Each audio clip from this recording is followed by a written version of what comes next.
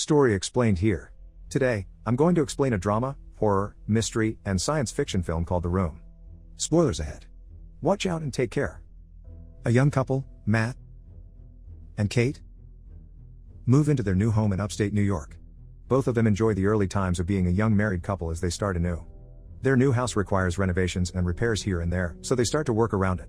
Upon organizing the kitchen, Kate sees a dead bird inside a cabinet and goes outside to bury it. She gets distracted by Matt, who talks to her from the window and looks back to see the bird disappear. While throwing away stuff that came with the house, Matt notices something weird in the wall, so he tears the wallpaper to see it better. In there, he uncovers a large door with a weird keyhole. In an attempt to unlock the door, he rummages through the pile of old stuff and finds the key. Matt inserts it into the keyhole and immediately calls Kate to tell her about it. They open the door together, and the lights in the hallway suddenly flicker. Matt calls the power company to report the problem, and Kate senses something weird about the room, so she follows him. The following day, an operator from the power company arrives to inspect the cause of the surges. To his surprise, the wires in the basement are ancient and intertwined in such a weird-looking way.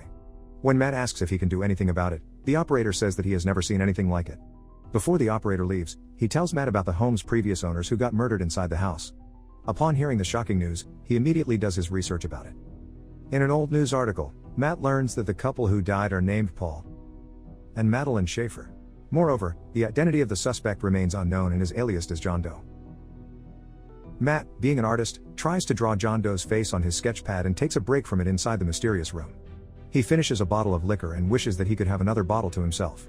The lamp flickers, and to his surprise, another bottle appears. Matt examines the bottle and realizes that the room can grant wishes. Kate wakes up to the sound of flickering lights in the living room and goes upstairs to check on Matt. Inside the room, she finds him far beyond excited as space is filled with new stuff. Matt happily shows Kate an authentic Van Gogh painting and explains that the room can grant any material wish. Thinking that it is one of Matt's pranks, Kate laughs it off but realizes that her husband is serious. She tests his theory and asks for $1,000. Matt rummages around the whole room and finally picks up the money Kate wished for. Still skeptical, she asks for $1 million and just like that, they are millionaires. However, Kate finds it scary and walks out. Matt persuades her that they should have fun with it. The couple spends the whole day wishing their life away. Clothes, champagne, art, and money are just one wish within their reach. Matt and Kate's happiness are beyond compare as they drown themselves in expensive things. At the end of the night, Kate questions how the room manages to grant their wishes, but Matt tells her not to worry about it.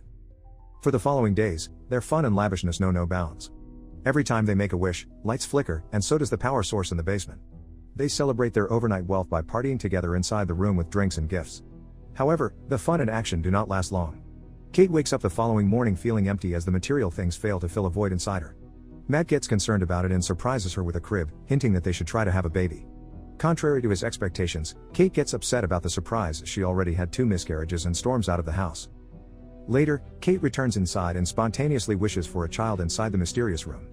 As Matt learns about it, he gets mad that she did not consult him before wishing for a baby. Both get into a heated argument, Kate claiming that she did it as a shortcut to motherhood. Without the possibility of a miscarriage and the pain of childbirth, Kate explains that they could be happy that way. Matt is utterly against the idea and urges Kate to bring the baby back to the room to wish for the child's disappearance. At that moment, the couple enters the room, but Kate tearfully refuses to give up the baby. Instead, she hands the baby over to Matt, but he could not carry out the deed as well. He could not get himself to wish for the baby to disappear and returns it to his wife before walking away. Eventually, both of them decide to keep the baby, and they become parents overnight. While on his desk, Matt spots his unfinished drawing of John Doe and does more research about the incident that happened decades ago. He learns that the suspected murderer is still alive in a psychiatric hospital. In another archived news article, John Doe says that the room made him do it. Not long after, Matt drives to the psychiatric institution to meet with John in person and ask about the room. At his arrival, a nurse warns Matt that no one has visited John in 45 years, except for news reporters, so Matt enlists himself as one. Finally, Matt comes face to face with a much older John and starts questioning him about the house, especially the mysterious room. Displaying a sinister smile on his face, John tells Matt that he has been waiting for this moment for a long time. When Matt asks why John killed the Schaefers, John tells him that was the only way. John brushes off the topic and instructs Matt to leave the house instead. He warns the young man to do it as soon as possible before it is too late. Before leaving, John says, "The only thing more dangerous than a person who can't get what they want is the person who gets whatever they want." Matt stops by a gas station on the way home, but to his surprise, his cash turns into dust. Because of this, he rushes home and throws away the remaining money in the room to see if it will turn out the same. Then, he tries to bring the Van Gogh painting by the door, confirming his theory that they cannot bring the things outside, or else it will turn into dust. In a fit of rage, Matt breaks the walls to know the mystery behind the room, but to no avail. He only sees the intertwined sets of wires that are too difficult to track. Matt then tears a wallpaper and discovers a map of the house with guides of the connected wires. Meanwhile, Kate brings the baby outside, but Matt stops her, warning that it isn't safe. He doesn't tell his wife the real reason why they shouldn't bring the child outside. Not long after, the baby screams uncontrollably, as if it is in pain. While hearing it, Matt has second thoughts about helping Kate and the baby, but he eventually comes to their rescue. Outdoors, the baby mysteriously ages to a young child in a matter of seconds. Once they re-enter the house, the couple could not believe what is in front of them while looking at the grown boy. Later that day, Matt reveals that the room can grant anything that their heart desires, but under the condition that they cannot bring it outside. If they do, the thing ages and turns into dust. Kate replies that a baby is not a thing and is unaccepting that she cannot bring their son outside. She becomes fond of the boy who she claims to be her son and names him Shane.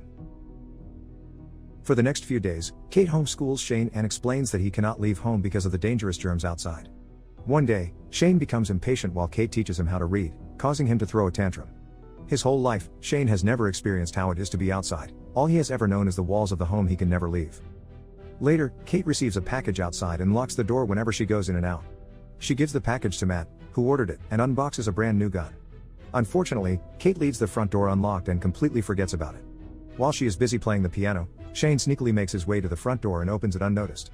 He sticks his hand outside and feels the fresh breeze, deeply curious about the outdoors. Suddenly, Kate notices it and rushes to her son angrily. She embraces Shane, relieved that he is safe and unharmed. To prevent Shane from sneaking out, the couple decides to block every window with planks of wood. That night, Kate wakes up to Shane beside her bed, asking if he could sleep beside her. The boy tells his mother that he wants to be with her forever, making Kate hold him closer. However, her words fail to bring ease to Shane's mind as he still looks worried. Matt spends the next few days practicing how to shoot with his newly purchased weapon. He then comes back home and sees Shane playing with a snow globe inside his art studio.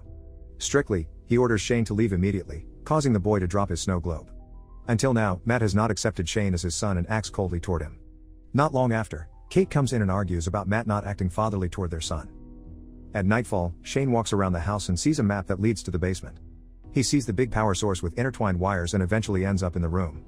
Throughout the night, lights flicker around the house, but Matt and Kate do not notice it at all. When Matt wakes up, he sees a new snow globe beside him and the broken one from a distance. He immediately wakes his wife up upon noticing the flickering lights, already having an idea of what's causing it. The couple enters the room, and to their surprise, Shane made an outdoor area inside it. The room that once had 4 corners is now a vast forest where Shane enjoys building a snowman. Kate is completely mesmerized by the world her son has created for himself and joins in with his fun. On the other hand, Matt is enraged and grabs Shane by the arm to bring him back inside. The incident causes the couple to argue whether or not to permit Shane to enter the room and play. Matt insists that it is dangerous, but Kate thinks otherwise.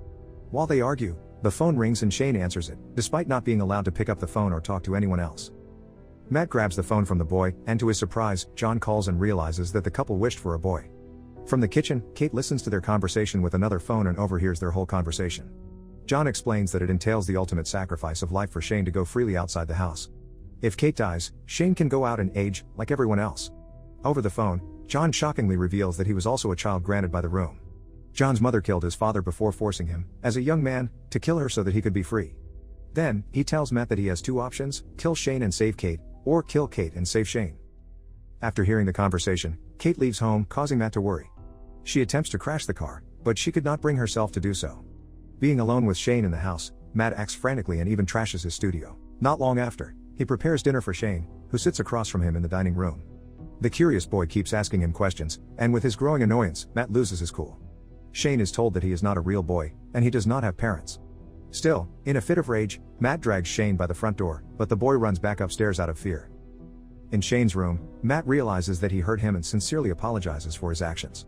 The boy asks if Matt could read to him, and they end up sleeping beside each other. As Kate arrives home, she is still confused by her emotions, but the sight of Matt and Shane lying beside each other brings her peace. Later that night, the couple shares an intimate moment as Shane watches.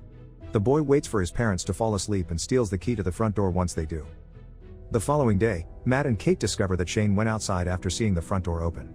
In another area of the house, they are stunned to see Shane age overnight, though he still has the mind of a boy. He now appears to be a grown man and even holds his parents at gunpoint. Once Kate gets him to calm down, Matt throws himself at Shane and the two get into a fight. Being thrown onto the floor because of the brawl, Kate slowly loses her consciousness. Moments later, Kate wakes up to Matt, informing her that Shane died after being accidentally shot. Devastated, Kate goes out and breaks into tears, unable to cope with Shane's death. Matt comforts and carries her back into the house, where she continues to grieve. Back in the room where the fight happened, the real Matt gains consciousness and looks for his wife around the house. Still, in a state of panic, he notices flickering lights and gets under the idea that Kate and Shane, who has shapeshifted into Matt, are inside. All the while, Kate is still clueless about Shane being the one in front of her instead of Matt.